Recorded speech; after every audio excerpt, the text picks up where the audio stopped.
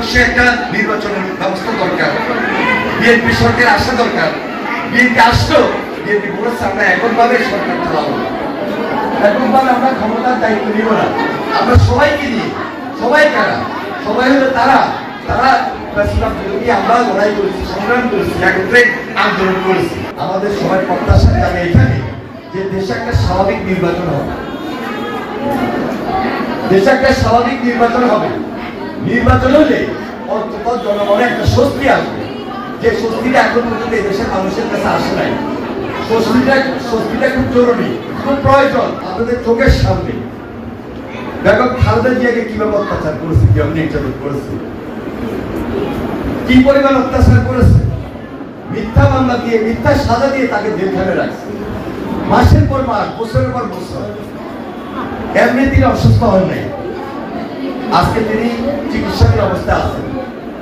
তার যে চিকিৎসা, সহজে এই চিকিৎসা করলো যে তিনি খুব ভালো হবেন, এটা আমরা দেখি না। কিন্তু ওনার যথেষ্ট মনোবল আছে, সাহস আছে।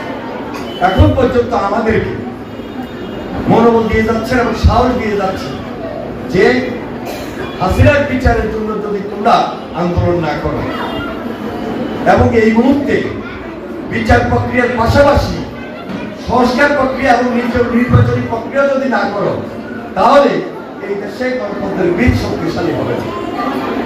যেটার জন্য উনি আন্দোলন করেছেন, যেটার জন্য উনি সংগ্রাম করেছেন, লড়াই করেছেন এবং আন্দোলন সংগ্রাম করতে গিয়েই তো উনি নির্যাতিত হয়েছেন। তিনি একটা স্পেশাল ফ্যামিলি কার্ডের কথা বলেছেন। এই ফ্যামিলি কার্ডটা যিনি বাড়ির গৃহ কর্ত্রী, যিনি ওই বাড়ির দায়িত্বে আছেন, আপনি, আপনার কাছে এই কার্ডটা আপনার নামে আসবে। এই কার্ড দিয়ে আপনার স্বাস্থ্যসেবা, আপনার ছেলে মেয়েদের শিক্ষা ব্যবস্থার জন্য সহযোগিতা এবং বিশেষ প্রয়োজনে ইন্স্যুরেন্স অথবা যে কোনো প্রয়োজন, প্রত্যেকটা জিনিস এই ফ্যামিলি কার্ডের মধ্যে থাকবে। আপনার একটা পরিবারের প্রয়োজনে যতটুকু দরকার সেটা ফ্যামিলি কার্ড দেওয়া মাত্র সেই সুবিধা পাওয়ার কথা তিনি উল্লেখ করেছেন। এটা পাইতে হলে দেশে অবশ্যই একটা নির্বাচনের ব্যবস্থা দরকার। বিএনপি সরকার আসা দরকার। বিএনপি আসলো, বিএনপি বলেছে আমরা এককভাবে সরকার চালাবো, এককভাবে আমরা ক্ষমতার দায়িত্ব নিব না। আমরা সবাইকে নিয়ে, সবাই কারা, সবাই হলো তারা তারা আমরা লড়াই করেছি, সংগ্রাম করেছি, একত্রে আন্দোলন করেছি।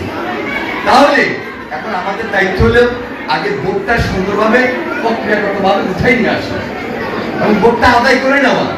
এই জন্য এই সরকারের কাছে আমাদের প্রত্যাশার জায়গা এত বেশি যে আপনারা হাসিনার বিচারটা দ্রুত করবেন, সংস্কার প্রক্রিয়াটা যেটা নাই, যেটা দরকার সেটাও করবেন এবং এট এ টাইম নির্বাচনের ব্যবস্থাটাও করবেন।